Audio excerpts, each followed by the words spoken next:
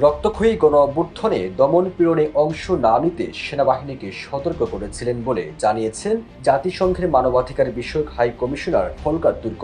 তিনি বলেন, আমরা সেনাবাহিনীকে সতর্ক করেছিলাম তারা যদি এই দমন পীড়নে জড়িয়ে পড়ে তাহলে আর শান্তিরক্ষা মিশনে অংশগ্রহণকারী হিসেবে থাকতে পারবে না। ফলে পরিবর্তনটা দেখতে পেয়েছেন বলেও জানান তিনি।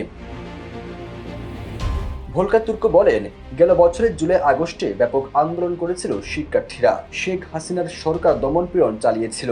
ছাত্রদের জন্য বড় আশার জায়গা ছিল আমরা কি বলি এবং আমরা কি করতে পারি। তখন আমরা ওই অবস্থার উপর আলোকপাত করি। তখন আমরা সেনাবাহিনীকে সতর্ক করেছিলাম যাতে এই সংঘাতে জড়িয়ে না পড়ে। দেশ জুড়ে তোলপাড় ওয়ালটন ফ্রিজ কিনে আপনিও হয়ে যেতে পারেন মিলেনিয়ার।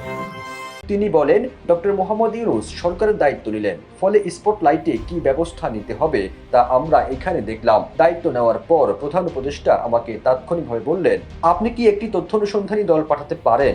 এখানে যা ঘটছে তার উপর গুরুত্ব দিয়ে ইনকোয়ারি করতে বললেন। আমরা এগুলি করেছিলাম এবং এটা কার্যত সাহায্য করেছিল।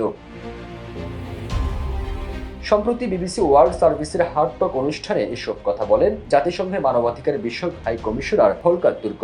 তিনি বলেন, আমি গত বছর বাংলাদেশে গিয়েছিলাম। আমরা একটি অবস্থান নেওয়ায়, আমরা কথা বলায় এবং তাদেরকে সহযোগিতা করায় ছাত্ররা আমাদের প্রতি খুব কৃতজ্ঞ ছিল। বিভিন্ন দেশে মানবাধিকার লঙ্ঘনের ঘটনা বারবার সংবাদে শিরোনাম হচ্ছে। বর্তমানে 59টি দেশে সহিংস ঘটনা ঘটেছে। তিনি বলেন, হতাহতের সংখ্যা যতটা কমিয়ে আনা যায় সে চেষ্টা করে জাতিসংঘ। এসব সহিংস ঘটনাকে মুক্ত অবাধ গণতন্ত্র না থাকাকে দায়ী করেন তিনি।